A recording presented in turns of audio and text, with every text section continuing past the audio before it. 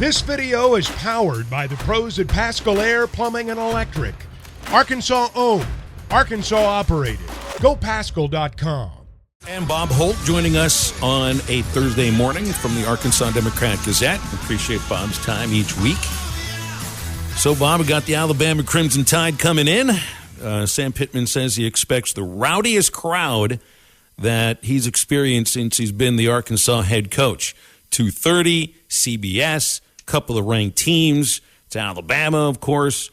And I'm trying to think, like the Texas game last year was the rowdiest crowd that I've seen in the time that Coach Pittman has been the head coach. So, I mean, it's not like I'm asking necessarily to rate the crowds or anything, but I'd have trouble finding anything that's quite as rowdy as that Texas game. What do you think you see Saturday as far as the crowd is concerned?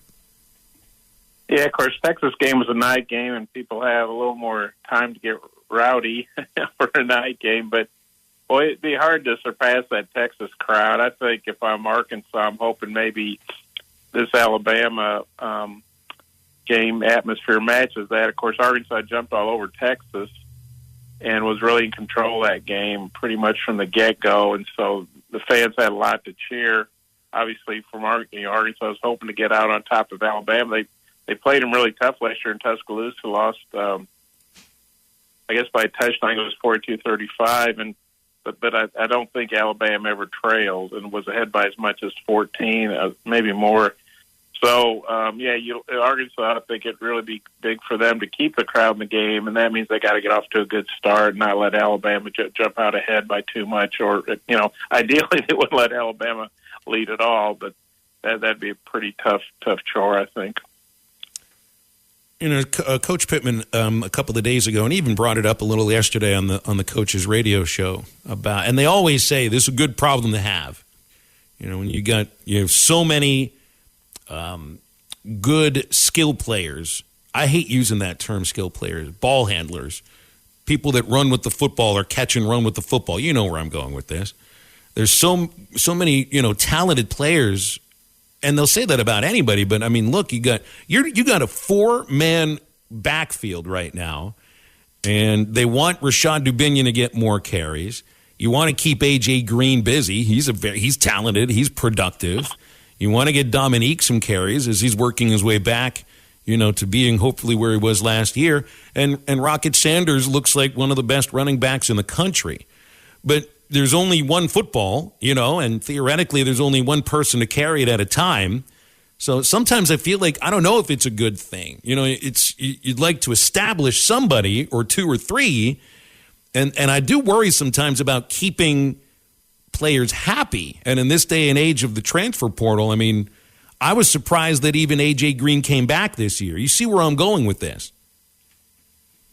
Oh, yeah. I mean, they've got 4 running backs when Dominic Johnson's back and healthy like he is now. And like you say, Dominion, he's obviously emerged as a freshman. And, last year you could argue Dominic Johnson was their best back. Rocco was really good. He's established himself this year. But they've got 4 running backs that probably could be, carrying 20-plus times a game for a lot of different teams. So it's a really deep room. I haven't studied everybody's running back room across the country, but I have a hard time believing anybody's got a better running back room than Arkansas. And but one thing, you obviously want to have talent. You don't want to give everybody 10 carries because then nobody really gets in a good rhythm. But your running back's a tough position, especially in the SEC. So, Dominic Johnson obviously missed the first 3 games. You're hoping everybody stays healthy, of course, but injuries are likely to happen, so it's good to have that depth. But yeah, it's a good problem to have, but keeping everybody happy, like you say, especially with the transfer portal as an option after the season. If all these guys stay healthy and have good years, it's kind of hard to see all 4. And another thing is all 4 of them are sophomores or younger. I mean, well, I guess that Dominic's a junior, I think. Yeah, he's a junior, but none of them are seniors, so we'll see what happens. But like Sam said, or you said, or whoever said it, it is a nice problem to have because, especially, for depth purposes, it's just hard to believe somebody's not going to get hurt during the season. All right, so we know Arkansas is on a 15-season losing streak against Alabama, but they haven't beaten Alabama as a ranked Alabama team since 1998. And that Alabama game in '98 really kind of set everything in motion for what turned into near a magical season. Of course, you ended up with your first loss with famous Sterner stumble, but things really kind of kicked into gear by beating 22nd ranked Alabama in week 3 and drubbed them in that game. What do you remember from the '98 victory over Bama? Well, yeah, it's like you said. I mean, that's really set everything in motion. Arkansas was 2-0, and had beaten SMU, which had been an issue in recent years for them before that. But yeah, Alabama, that was Houston Nutt's first SEC game as Arkansas's head coach, and they just didn't win. They won 42-6. Just looking up a couple of things, that was Alabama's most lopsided loss since 1957, when Auburn, I think, won the national championship that year. They were on probation, of course, but they won the national championship and beat Alabama 40-0 in 1957. That was the year. That was when Ears Whitworth was their coach. Bear Bryant arrived the next season and righted the ship at his alma mater. But it's funny. Arkansas just dominated the line of scrimmage. Could really do whatever they wanted to. Pass, Clint Sterner threw 3 touchdown passes. Amadre Hill and Chris Chakuma ran the ball real well. Arkansas had over 400 yards in total offense. That's back when that was uncommon. You got to remember that's 30-plus years ago, I guess, not 2008? No, I guess 20-something years ago. Sorry, my math. But they just had a great balance that night, dominated the line. They had a really good offensive line. Brandon Burlsworth was on that line, and one of the guys like Russ Brown, Grant Garrett, just a really good offensive line. And the defense played well. They held Alabama to like 150-something yards. So, and I remember that's when the visitors' locker room was undergoing, renovation. And so Alabama and all the teams that played, visiting teams that year, they dressed in the Walker Pavilion. They put temporary lockers in there, and I remember you'd see Alabama had to walk all the way across the practice fields, then come into the stadium. And I remember you could see them off in the distance from the press box up high. And they look, here come these big Alabama guys in those red helmets and white jerseys, white pants, looked very intimidating. But then Arkansas sent them on their way with a big loss, and Arkansas ended up having a great year, went 9-3 with a bowl loss to Michigan, and Alabama was 7-5 that year, so kind of mediocre. But that really set everything in motion for a great first season there under Houston Nutt.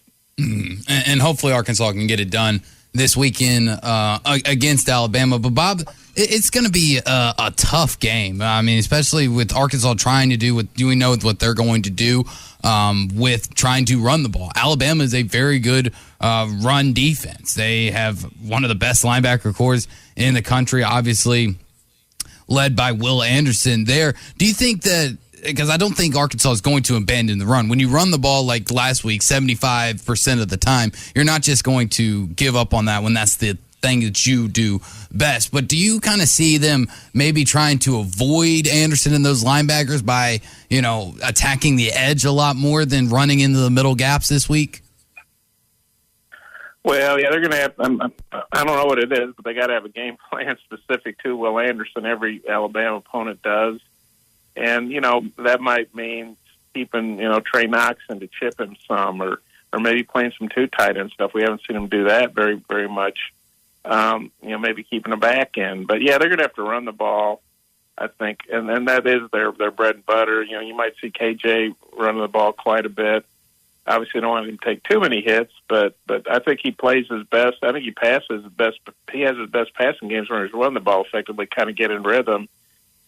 So we'll see what happens. I mean, even Alabama can give up some points, although I guess, Texas has scored the most of them, 19. Alabama escaped Austin with a 2019 win, but otherwise they put up 55 or 63. Of course, that was against Louisiana Monroe and Utah State and Vanderbilt. But, Vanderbilt actually started off pretty well, was 3-1, and then Alabama just destroyed them.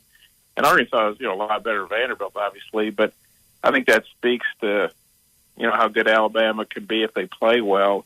But they've had, they haven't really destroyed people on the road in recent years, like they have at home. And Arkansas, I think the fact Arkansas's got a lot of players back from the team that played Alabama so tough in Tuscaloosa last year, that should give them some confidence. Sam Pittman talks at the start of the week about how a lot of teams, before they play Alabama, they're beat before they even go on the field.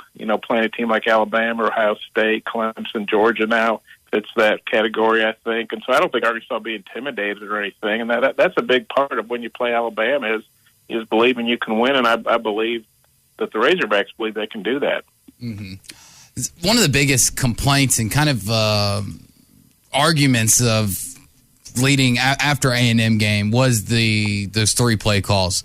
When you're up 14-0 with Malik Hornsby, it's been something that I think a lot of fans have been vocal about in the last 3-4 days.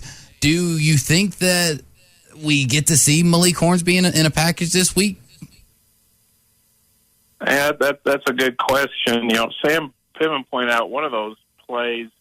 I think it was supposed to be a pass back to KJ, and if he had done that, then the receiver was open. I can't remember if it was Knox or who Sam said he was supposed to go to. But, it's easy to second-guess something, what a player does or doesn't do when he's the one out there on the field having the defense bearing down on him. What you don't want to do is make a big mistake. But, they've used Malik Hornsby in every game so far, not a quarterback, And I don't think you wonder would there be some packages for him at quarterback, but I don't see the point in having him do Wildcat stuff when you've got a runner as good as KJ Jefferson back there. So if they use Malik, it'd probably be as a receiver or a running back.